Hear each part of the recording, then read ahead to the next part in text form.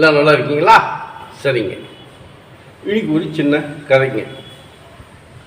ஒரு வைத்தியருங்க, அவர் பொஞ்சாதியும் ஒரு மூலிகை ஒன்றை தேடிட்டு காட்டுக்குள்ளே போகிறாங்க.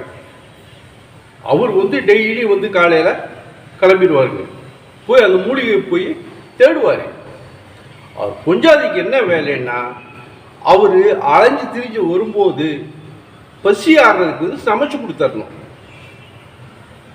வேற அவர் என்ன வேலை சொல்றாரோ அதை செய்யணும். அவர் என்ன மூலிகை தேடுறாருங்கிறது அவரும் பொஞ்சாதிகிட்ட சொல்லல. பொஞ்சாதியும் அதை கேட்கல. அதுக்கு என்ன அவர் தேடுறாருங்க, மூலிகை தேடுறாரு. எதுக்காக, என்ன மூலிகைங்கிறத அவருக்கு அந்த அம்மாவுக்கு தெரியவே தெரியாது. அந்த அம்மாவுக்கு வேலை டெய்லி சமைச்சு வச்சு வைக்க வேண்டியது. அவர் அலைஞ்சி திரிஞ்சிட்டு வருவார். அவருக்கு பசியாடுறது கொடுக்க வேணுது, அதுதான் வேலை.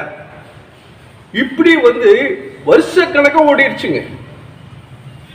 டெய்லி போறாரு, தேடுறாரு, வர்றாரு. இதே மாதிரி வருஷக்கணக்காக ஆயிடுச்சு. இந்த மாதிரி டைம்ல ஒரு நாள் அந்த அம்மா அவர் வைத்தியர் வருவார்ல வீட்டுக்காரரு, அதுக்காக கூழ் காய்ச்சிக்கிட்டு இருக்காங்க. அடுப்பை பற்ற வச்சு கூழ் காய்ச்சிக்கிட்டு இருக்காங்க. காய்ச்சிக்கிட்டு இருக்கும்போது அந்த கரண்டி இருக்கும்ல,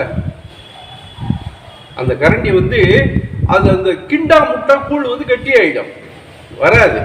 அதனால கரண்டி விட்டு கிண்டிக்கிட்டே இருக்காங்க. கிண்டிக்கிட்டு இருக்கும்போது அந்த கரண்டி உடஞ்சி போயிடுது.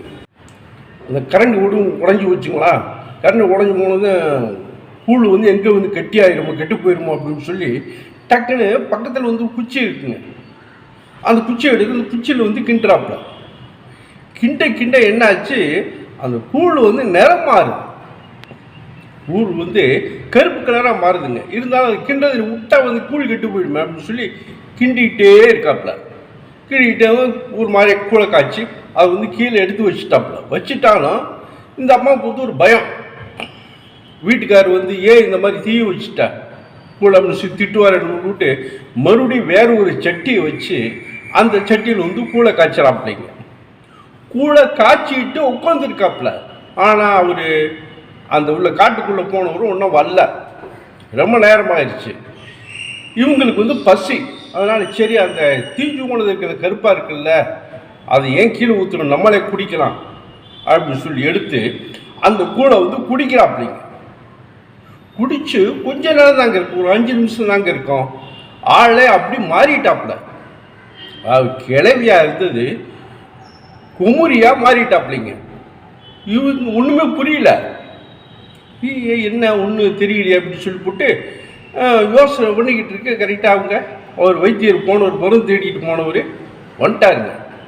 வந்தது இது காலில் விழுந்து கும்பிடுதும் இவருக்கு ஒன்றுமே புரியல. இங்கே என் பொஞ்சாதி எங்கே காண, இங்கே இருந்த என் பொஞ்சாதியை காணாம. இல்லைங்க, நான் தாங்க உங்கள் பொஞ்சாதி. நீங்கள்? ஆமாங்க. என்னாச்சு அப்படிங்கும்போது அப்புறம் இந்த அம்மா வேகமாக சொல்லுது, இந்த மாதிரி கூழ் காய்ச்சிட்டு இருந்தாங்க. கூழ் காய்ச்சிட்டு இருக்கும், கரண்டி உடஞ்சி போயிடுச்சு. கரண்டி உடஞ்சி போயிடுச்சுன்னு சொல்லி பக்கத்தில் குச்சி விட்டுருச்சு. அந்த குச்சியை வச்சு கிண்டனை கிண்ட அந்த கூழை கருப்பாக மாறிடுச்சு. சரி, அதை உங்களுக்கு கொடுத்தா நீங்கள் திட்டுவீங்களே அப்படின்னு சொல்லி அந்த கூழை நான் குடிச்சிட்டு உங்களுக்கு வேற ஒரு கூழை காய்ச்சி வச்சிருக்கிறேங்க. அந்த குச்சி வச்சு கிண்ட அந்த கூழை கருப்பாக போயிடுச்சு. அப்படியா, அதை குடிச்சதுனால தான் இப்படி நான் மாறிட்டேன்னு தெரியலைங்க அப்படிங்கும். சரி, அந்த குச்சியே எங்க அப்படிங்குவோம். அந்த குச்சியை தாங்க வச்சு அடுத்தாப்புல உங்களுக்கு கூழ் காய்ச்சினேன், அடுப்பில் வச்சு எரிச்சு போட்டேங்க அப்படிங்கும். இவருக்கு மயக்கமே வந்துடுச்சு. இவர் சொல்றாரு, நான் இந்த வருஷ கணக்காக தேடிட்டு இருக்கேன்ல, அந்த மூலிகை தான். நான் அந்த மூலிகையை தான் தேடிக்கிட்டு இருக்கேன். இப்போ அதே அடுப்பில் விட்டு எரிச்சு போயிட்டுன்னு சொல்லி அப்படி கீழே உட்காந்துட்டாருங்க. இவர் முன்னையே பொஞ்சாதிட்டு சொல்லியிருந்தா, இந்த மாதிரி ஒரு மூலிகை இருக்கு, அந்த மூலிகையாக தேடிட்டேன், காட்டுக்குள்ளே வந்திருக்கேன் அப்படின்னு சொல்லியிருந்தா இவங்க சுதாரிச்சு எடுத்து வச்சுருந்துருப்பாங்க.